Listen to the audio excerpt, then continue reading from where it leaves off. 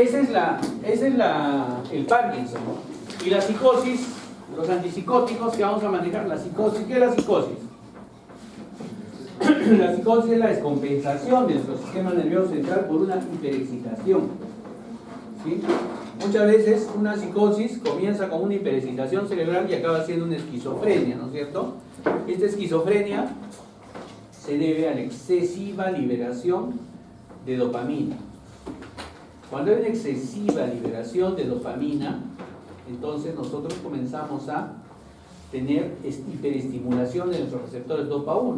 Nuestros receptores DOPA1, que se encuentran en toda la zona del mesencéfalo, tálamo, hipotálamo, toda esa zona, que es la zona instintiva, es la zona de nuestros sueños, es la zona, ¿no?, de la parte primitiva de nuestro cerebro, ¿no? Todos los sueños, todas las vivencias, todo está almacenado ahí. Entonces nosotros cuando lo hiperexcitamos, entonces comenzamos a tener, ¿no?, alucinaciones, delirios, ¿sí? Entonces esto es una hiperfunción del sistema mesolímbico, ¿sí? Entonces, pero también tenemos alteraciones como el aplanamiento emocional, es decir, ya no queremos nada y no tenemos sueños, solamente vivimos nuestro mundo, nuestras alucinaciones, nuestro delirio, ¿sí? Y el paciente pierde todo el contacto con la realidad, pierde el habla, ¿sí?, pierde la memoria, etcétera, según vaya evolucionando la esquizofrenia. ¿En qué edad no me voy a acordar, el Parkinson más o menos se desata a los 60, 70 años, ¿ya? Entre los 60 y 70 años. Por eso es que les decía que este estudio que han publicado los futbolistas americanos es a los 40 años, o sea, todavía tenemos que darle un tiempo para eso, ¿ya? La esquizofrenia, en cambio, se desata a los 15, 25 años. Tú aparentemente tienes un muchacho que está bien, llega la adolescencia y comienza su descompensación, ¿ya? Antes de la adolescencia puede tener algunos signos, ¿no?, el niño, pero después de la adolescencia ya comienza a tener alteraciones muy marcadas, ¿no?, muy marcadas. Nosotros tenemos casos muy feos dentro del hospital con adolescentes, ¿no? O sea, chicos que han estado creciendo normal y de pronto comenzaron a alterarse totalmente en su casa y ya era una psicosis, una esquizofrenia que se desató, ¿no? Ahora, no todas las esquizofrenias, no todas las psicosis son violentas, son de actitudes no agresivas. Hay un aplanamiento emocional en algunas de ellas, entonces, que nos hacen confundir con una depresión, que vamos a ver más adelante, ¿sí?, con una depresión. Entonces, la psicosis es por la liberación de dopamina, solo que la dopamina depende de los núcleos en los lugares que actúe dentro del cerebro, puede ser más agresiva o puede ser de aplanamiento emocional, ¿ya? Entonces, depende del lugar, ¿no?, del núcleo que más actúe dentro de esta patología. ¿Y qué es lo que sucede? Tenemos receptores dopaminérgicos, ¿no es cierto? ¿Sí? Los receptores dopaminérgicos, los receptores D1, ¿sí?, los receptores D1. ¿Dónde están los receptores D1? Los receptores D1 son presinápticos, posinápticos. Posinápticos. Actúan también los receptores 5HT2 de la serotonina, ¿sí?, de la serotonina. Entonces tenemos doble acción aquí. Algo nuevo hay. ¿Y qué más actúa? La noradrenalina. ¿Alguien más de los neurotransmisores que ya hemos visto antes no actúa acá? Solo la acetilcolina algo, pero vamos a ver que también va a entrar la acetilcolina ahorita a jugar. Y entonces seguimos jugando sobre ese círculo vicioso. Dopamina, ¿sí?, noradrenalina, serotonina, acetilcolina, ¿ya? Ese es el círculo vicioso que tenemos dentro del cerebro. Entonces son receptores posinápticos, ¿sí?, posinápticos, que actúan sobre la neurona posináptica y la excitan, le producen hiperexcitación. Entonces hay diferentes traducciones, ¿no?, de esta enfermedad, desde alucinaciones, ¿no?, hasta alteraciones en la percepción, el pensamiento, el lenguaje, pierde el habla, pierde el trastorno afectivo, pierde la memoria, el paciente según vaya evolucionando, el paciente según la edad y según la profundidad y el tratamiento. Entonces, ¿qué le vamos a dar? ¿Qué le vamos a dar a este paciente? ¿Qué es lo que deberíamos dar? Ya sabemos qué le produce. Tenemos una hiperexcitación por dopamina, serotonina, 5-HT2, los 5-HT2. Recordemos ahora los receptores 5-HT2, hay A, B, C, D, I y E, ¿no es cierto? Y los 5-HT1, igual, hay A, B, C, D, E. Pero ¿cuál es presináptico y cuál es posináptico? ¿No? Entonces tenemos que acordarnos, presináptico 5-HT1, posináptico 5-HT2. ¿Ya? Esas cosas es lo que hemos tenido que recordar en neurofisiología. ¿Ya? Y por eso tenemos la primera clase de neurotransmisores. Para acordarnos eso, espero que se hayan estimulado con eso y hoy día vayan a recordar eso. Por lo menos. Con eso es facilísimo la farmacología del sistema nervioso central, facilísimo, de verdad. Pero tenemos que acordarnos de eso. Tampoco es cosa del otro mundo. ¿Eh? Entonces, ¿qué le vamos a dar? ¿Qué tendríamos que darle? ¿Cuál sería el tratamiento? Inhibidores de la dopamina. Inhibidores de la dopamina, ya. Pero antes de los inhibidores de la dopamina. Segunda línea. Primera.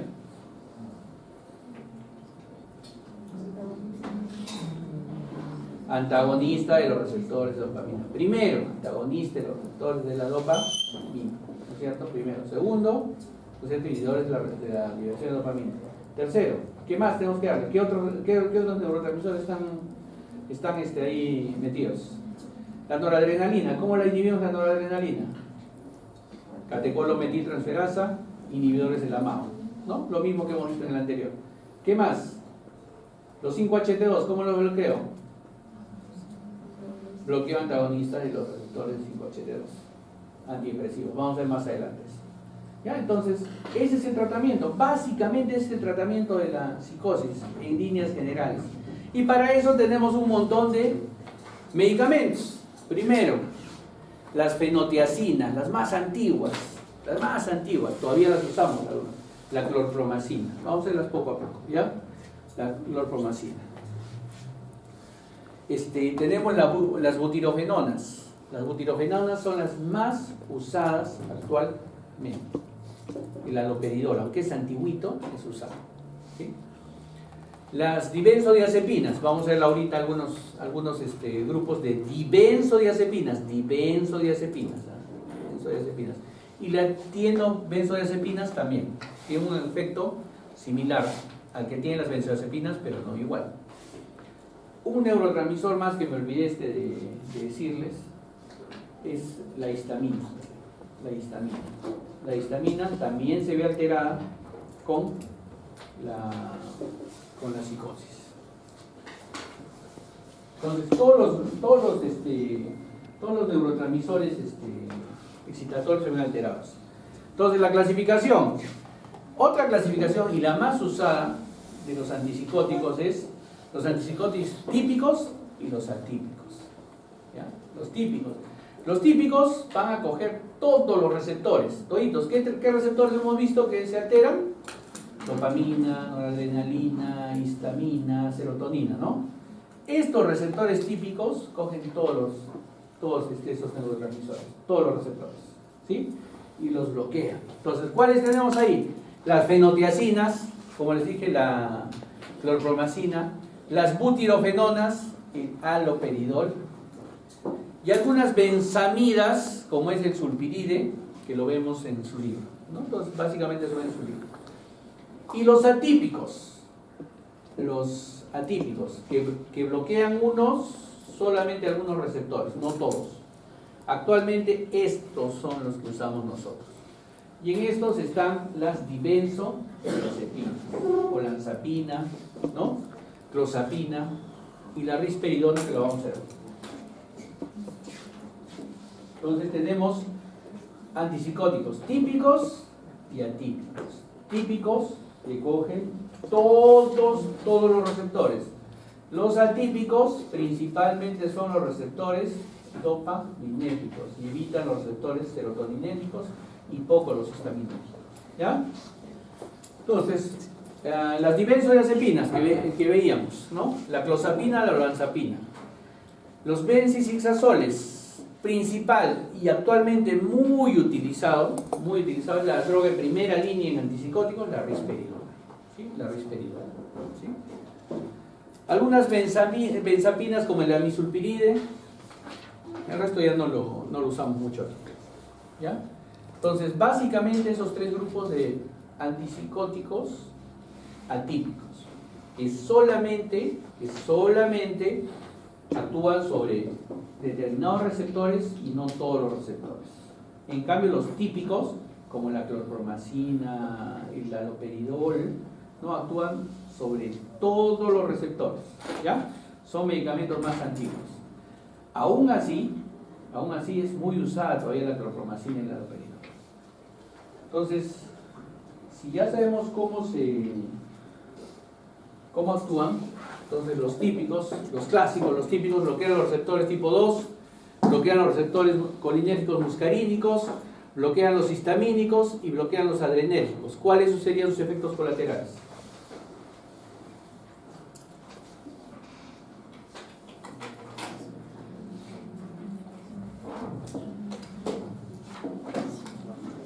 ¿Qué hacen los dopa 2? Los dopa 2 son los que estimulan el cerebro, ¿no es cierto? Estimulan. Entonces, ahí ese es lo ideal. Vamos a frenar un poco esas delusiones, alucinaciones, delirio, todo eso. Pero los muscarínicos tipo 1, que están también en el cerebro, ¿qué hacen los muscarínicos? Vamos a tener boca seca. ¿Se acuerdan dónde están los muscarínicos? Visión borrosa. ¿Por qué? Porque nos achicamos, achican la pupila, boca seca, vamos a tener tendencia a la bradicardia. ¿Sí? Los histamínicos, ¿qué hace la histamina en el cerebro? ¿Cuál es su función principal de la histamina a nivel cerebral? La vigilia, el que estemos despiertos. Si yo bloqueo la histamina, se me va a quedar dormido el paciente. Y los adrenérgicos tipo 1, si los bloqueo, como bloquean todo, igual, ¿no es cierto? Entonces va a haber bradicardia, entonces hipotensión. En cambio, los neurolépticos atípicos, como las dibenzodiazepinas y como la risperidona, los atípicos, bloquean los receptores serotoninérgicos, los HT2, es decir, disminuyen la excitación, ¿ya?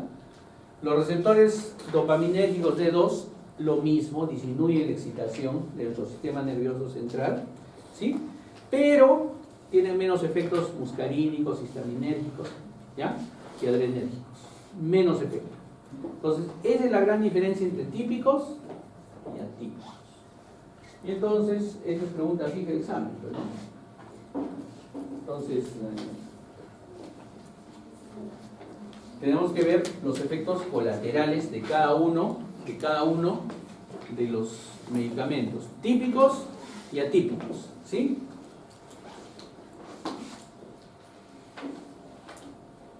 Bien, entonces más o menos las acciones farmacológicas, primero las antipsicóticas, vamos a disminuir las alucinaciones, agresividad, todo eso del paciente. ¿Cómo lo hacemos eso? ¿Qué receptores inhibimos ahí? Dopa 2 y 5-HT2, ¿no es cierto? Pero vamos a tener también quietud emocional, desinterés, todo eso, ¿no? ¿Quién lo va a estimular eso? Los HT2. ¿Sí? Cuando lo bloqueo, los HT2. Acción antiemética, los dopa 2. ¿Sí? Acción antiemética. En la acción respiratoria lo vamos a hacer dormir al paciente, los H1, ¿no? Los H1.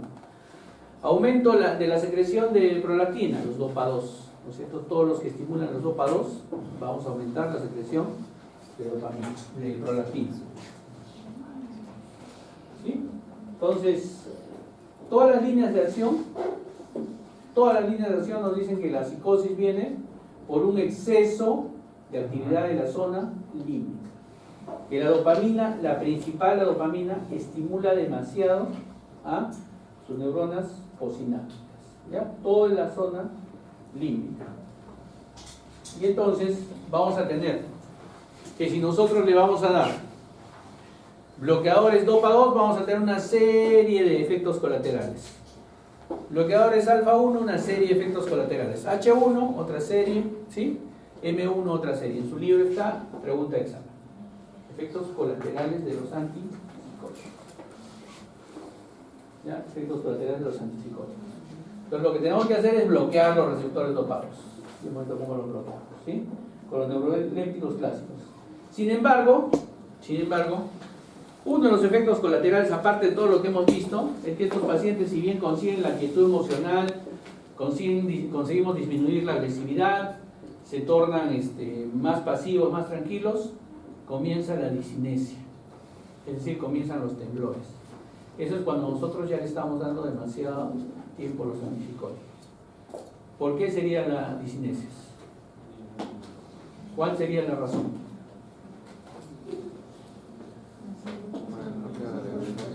Por el bloqueo de los D2 le comenzamos a producir un Parkinson al paciente, le estamos produciendo un Parkinson al paciente. Lo llevamos de la psicosis, lo tranquilizamos todo, pero lo hacemos cruzar la vereda y lo llevamos al Parkinson. ¿Ya? Le damos D2 y comienza a producir sus disinesias, sus temblores, todo eso. Entonces, ¿para qué le damos nosotros un antipsicótico atípico al paciente? Atípico, porque va, como les decía, el atípico va a actuar sobre los DOPA2 y sobre los HT2, mucho menos actúa sobre los otros tipos de receptores, muscarínicos, histaminérgicos, ¿no? Noradrenérgicos, mucho menos. Entonces tiene menos efectos. Por ejemplo, las disinesias han probado ser mucho menores en los fármacos atípicos. Nuevamente, entonces, los D2 y la serotonina, ¿sí? Finalmente, para las manías, también le damos sales de litio, ¿no? Para las manías, sales de litio. Por ejemplo, un peruano muy conocido que su tratamiento era en base a sales de litio.